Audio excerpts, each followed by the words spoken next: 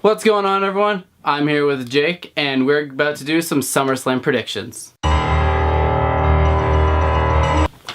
So the first match on the SummerSlam card, it was actually just announced like an hour ago of the recording of this video. It's the Hardy Boys and Jason Jordan versus The Miz and The Miz Taraj. So, who do you have winning? I got The Miz winning with The Miz Taraj. I mean, Jason Jordan obviously needs the win if they're going to really sell him as a competitor. But at the same time, you can't have The Miz Taraj with all this momentum to end up with nothing at all. Right, and I have to agree. I'm going to also go with The Miz Taraj because I feel like eventually Jordan will go one-on-one with The Miz and take the Intercontinental Championship. As much as I don't want that to happen, I feel like it's probably going to happen. I don't like Jason Jordan as a champion at all. At least not yet. He hasn't grown on me. I mean, don't get me wrong, with Gable, them as tag team champions, I could get behind that all day. Yes. But Gable Jordan as a singles competitor, I can't get behind. Yeah, understandable. Because even when in NXT, he was a tag team wrestler with Ty Dillinger. Yep. Then they broke up, and he was a single for a little bit, but then he was desperate to find a new tag team partner, and that's where Chad Gable came into play. He almost looks lost in the ring when he's by himself. Right, yeah. And I see it more often than not when he's in the ring. Yeah. So, it makes sense he's in a tag team match at SummerSlam. With one of the best tag teams of all time. Of course. So the second match we have is also on the Kickoff show. It's Akira Tozawa, who's now the champion, surprisingly, against Neville, the challenger, which is weird to say since he's been champion since January. So, who do you have winning? I got, for the pure reason of he just won the belt, Tozawa. I agree, because if Neville wins the title again on Sunday, what does that really mean about Tozawa? It's just like, not a good champion if he doesn't win. I mean, you could have where they start going back and forth like they did with Sasha Banks and Charlotte after. I hated that, though. Oh, it was so bad. Like, Sasha Banks is what, 4 championship reigns? 4, I think 4. Charlotte's at 5. Yeah, and Sasha Banks hasn't had a reign that lasted more than a month. Yeah, no, Sasha Banks deserves a title reign that lasts way more than a month. She is a solid in-the-ring worker. And I feel like if they give Neville the belt back, we're going to see the same thing out of Tozawa. And Tozawa, he deserves a long run just like Neville just had. Yeah. So if they're going to give the belt back to Neville, it almost says to Tozawa that he's not good enough. Yeah. I agree 100%. I really don't have anything else to add to that. So the third and final match we have on the Kickoff show is for the SmackDown Tag Team Championships between the Usos and the New Day. Who do you have? I got the Usos in this one. I think the New Day finally loses the belts, and I think actually they're going to probably end up breaking up soon. Yeah, I think the Usos are much better with the titles, with the Uso Penitentiary, and like nobody's better than them. But the thing is, the numbers game with the New Day though. They play by Freebird rules. Yeah, so you really don't know who's going to compete. It really helps them. I think we do know it's Big E and Kofi though. It makes sense because Xavier Woods like never. Xavier, it's one of the two. We do know Big E is in it, and it's not who was on SmackDown. I just can't remember who the two that faced them on SmackDown was. I don't remember either. It was what, 2 days ago from now? Yeah, long time ago. Yeah, 2 days is too long. And the New Day already has that title run where no matter what, they can have a month-long title reign, and you're going to take them serious anyway. Because they have the longest title run of all time.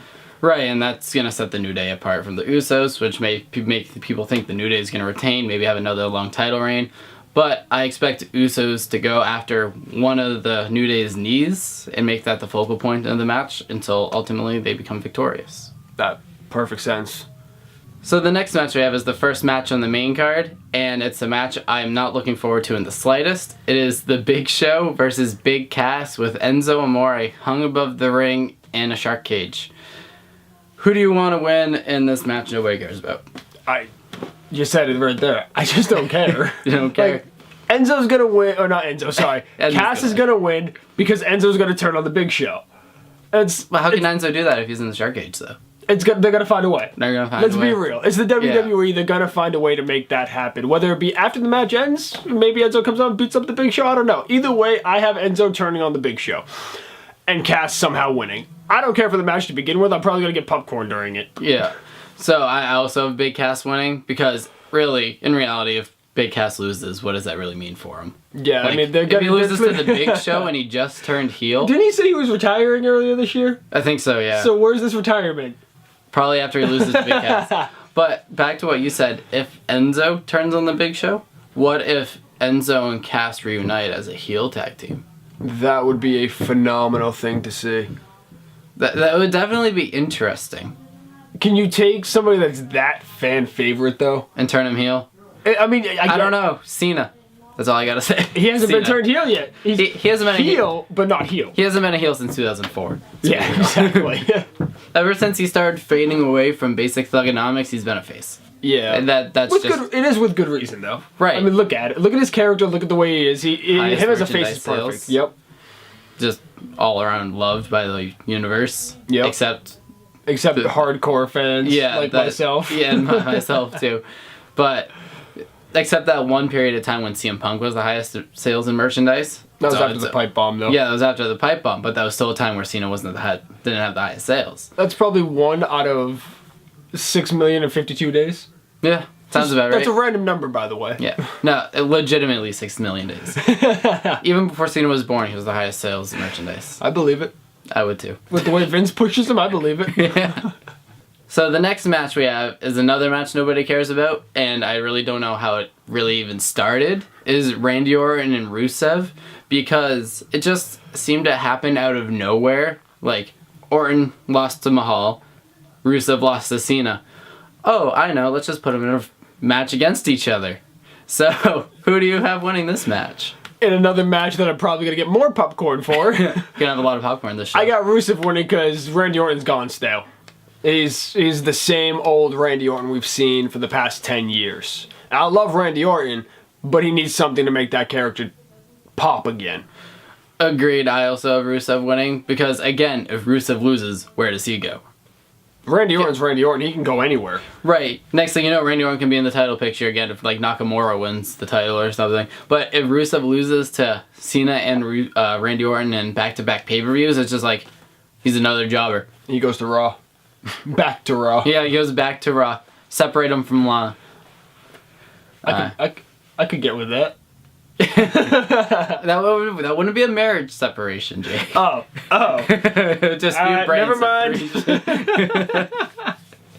The fifth match. This isn't even the fifth match. This is the sixth match we have on the show, which the stakes of this match just kind of elevated from SmackDown. Is John Cena versus Baron Corbin after John Cena cost Baron Corbin his Money in the Bank contract. So, who do you have winning? This one's a hard one because Cena never loses. That is true. Almost never loses. Yep. He let Nakamura pin him clean. And he's lost the title 16 times. I mean, yeah, but like, other than that... Yeah, 17 losses in his career. Exactly. Give a shake. Maybe there's one more in there, like a Royal Rumble. Who knows? Yeah. But the thing with Corbin is, if creative has nothing for him, and they clearly did not trust him if they made him lose the Money in the Bank like that. So, for Baron Corbin to lose this match basically means the WWE's throwing him to the side. Yeah, I agree. And plus, Corbin has like a new vengeance against Cena. It kind of gives them a reason to have this match at SummerSlam. Because before, there wasn't really a reason. It was just Cena saving Nakamura from Corbin, and then somehow that match happened. But with Cena costing Corbin his Money in the Bank, that just gives a whole new dynamic to the feud, where you kind of forget that Nakamura was involved, with Baron Corbin looking for revenge on Cena, and possibly maybe even a majority one-sided match. Corbin's character is just so boring. I can't get behind it. I'm so happy he lost the Money in the Bank. I love his new theme song, though. I mean, yeah, I love a lot of theme songs. Doesn't mean the characters are good. I know, but... Like, Baron Corbin's character is trash. Yeah, I just like his theme song. That's about it. So, I don't even know what number match we're on. I lost count. But next up is the Raw Tag Team Championship match between Sheamus and Cesaro versus the reunited Mini-Shield, Rollins and Ambrose. So, after everything that's gone over the past couple of weeks between these teams, who do you have? There's no way the Shield can lose this match. We're calling them the Shield now? Well, officially? We might as well. Yeah. Roman Reigns is not going to be a part of this little reunition ever. Yeah, they're going completely different paths right now. Creative has had nothing for Rollins since he came back from injury. Yeah, true. And Ambrose is just Ambrose. We all know how he is as a worker. He's kind of lazy, let's be real. And to put them back together, those two are going to be the face of tag team division going forward and for the rest of the year. Agreed. So, and I think Sheamus is taking time off for a movie, too. I didn't hear about that, but I wouldn't have it, honestly. Because if I remember correctly, the Hardys were supposed to beat them for the belts and keep them, but something happened there, and they gave the belts back to Sheamus and Cesaro. So I think at this point, Ambrose and the Shield, they have to win because the fans aren't going to buy them going forward if they don't just automatically come out and win and dominate. Right. I agree, but the only thing is, like, if they don't win, the only logical thing to go after that is to have them feud against each other. That's only if they don't win. Like, if they don't work well, like... I think they built it up way too much for them to reunite. Right. To have them separate right after. No, I have them winning, too, because I feel like if it's anything like the Shield of old, they'll just do great things for the tag team division. Plus, all the tag teams that are broken up this year, they kind of... All of them? Yeah, they kind of need a tag team. I think it's like 7 tag teams broke up this year. It might not have been like this year, like over the last 2 years, like they broke up like 7 tag teams. I don't know what they're trying to do with American this tag team Alpha, division. Enzo and Cass. It just... I think they've slowly realized they screwed that up, though. Yeah. Because like there's nothing in depth of tag teams under the Hardys. Yeah. The club, which they're completely not utilizing correctly. They should utilize them. Cesaro and Sheamus are doing great. Yeah. And the Usos. And then the New Day's just old at this point. I can't stand them. Yeah. So besides those 5 tag teams, you have nothing. Breezango's coming up now. Breezango, they're probably 2, 3, 4 months away from an actual title shot. Yeah, like, I couldn't even... I think the last match they had was actually at the last pay-per-view. Was that even a match? Or was it just a segment? They just had a segment. Oh, it just became a segment? Yeah. Oh, I thought it ended up being... Yeah, see, it's been a while since they've been in a match, but what they're doing is fantastic. It's new, it's fresh. Yeah. It's good. I like it. It is really funny. I like when Arn Anderson is like, "You're damn right I did. Should have named him Arn." Everything about the Fashion Files is perfect. It's not even just the Fashion Files anymore. It's like, if there's a police show, they rearranged fashion into the title. There was Fashion Files, like that Fashion X-Files or something. There was, what was it? I like how they're slowly trying to bring the Ascension on more and more, too. Yeah. Like, that's going to do something for the Ascension. I'm having trouble connecting to the internet. Shut up. Take a look at the help section in your Alexa app. I have the Amazon Echo. It's not connected to the internet right now. Are we going to cut that out, or can we keep that in? No, I'm keeping that in. I kind of want to keep that in. I'm keeping that in. I don't even care. But we're talking, Ambrose and Rollins, I'm having them win, and hopefully it's a lengthy title reign. I would buy it if it goes to at least the Royal Rumble. Anything before that, we got the Revivals out until December anyway. Right, yeah. So, true. There's really nobody else on Smack, unless they're going to give the title back to the Hardys. Right, yeah. And which I don't think they'll do. I think the Hardys are slowly going towards this Woken gimmick. And if it does go to there, that'll be great. Except the WWE is going to slaughter it. Yeah. They don't like indie gimmicks. Unless it'll only work if they do give full creative control to the Hardys over that. Correct. But to what you're saying about to the Royal Rumble, in WWE nowadays that is a lengthy title reign. Yeah. 5 months is pretty lengthy. And that's the point where I can buy a title reign. Like Naomi right now. And this is a segue, by the way. Segues. I like segues. It's less work for me to do in posts. So, Naomi's title reign right now, I can get behind that because it's getting to that point where it's lengthy. And she's really now, she's really growing into her gimmick too. Yeah. And it's working. So she's versing Natalya this weekend, and I don't know what number we're at. Yeah, I lost count after the second main show card. Who do you got winning? I have Naomi winning just because I read an article a little while back saying that Mattel is falling behind with like a championship design to sell, which revolves around Naomi's glow gimmick, which means that, and I read that they wouldn't be ready until like December. So Naomi's probably going to be champion for the rest of at least the calendar year. And at least until the Royal Rumble, like Ambrose and Rollins, like what he said. But with only that information, Naomi for me. I've also read that article and I completely agree. 100%. I think Natalya is long overdue for a phenomenal title reign.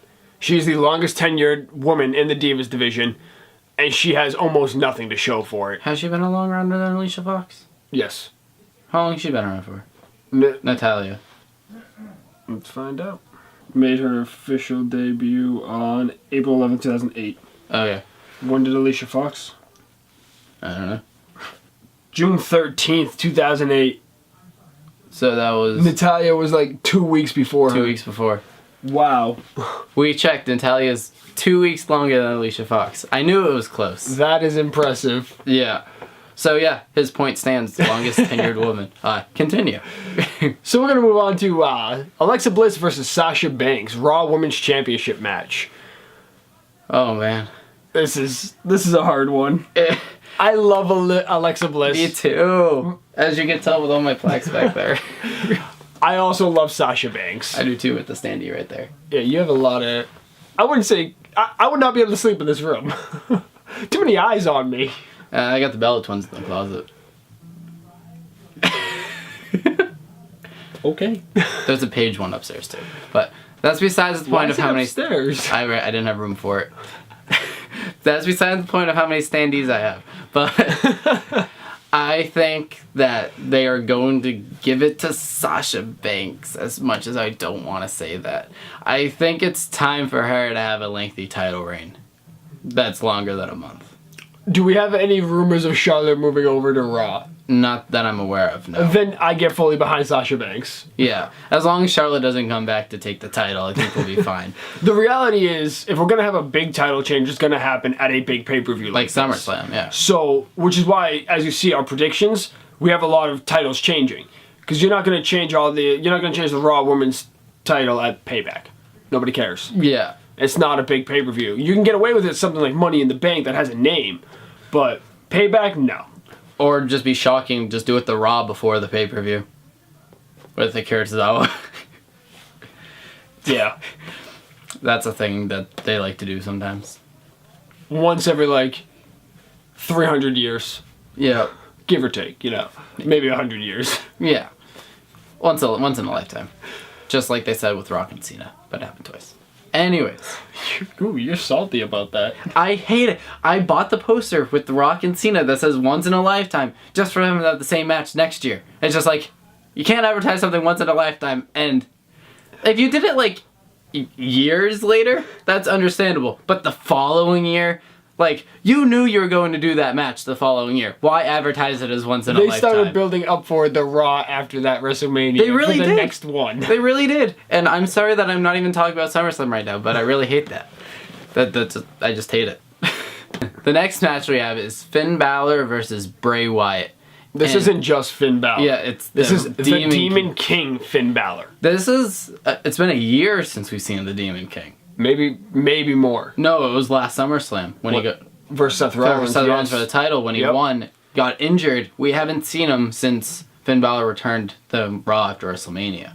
There hasn't been a Demon King sighting, so it's been a year.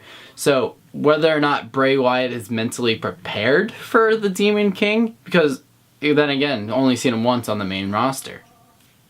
The Eater of Worlds versus the Demon King. Yes, I could get behind that.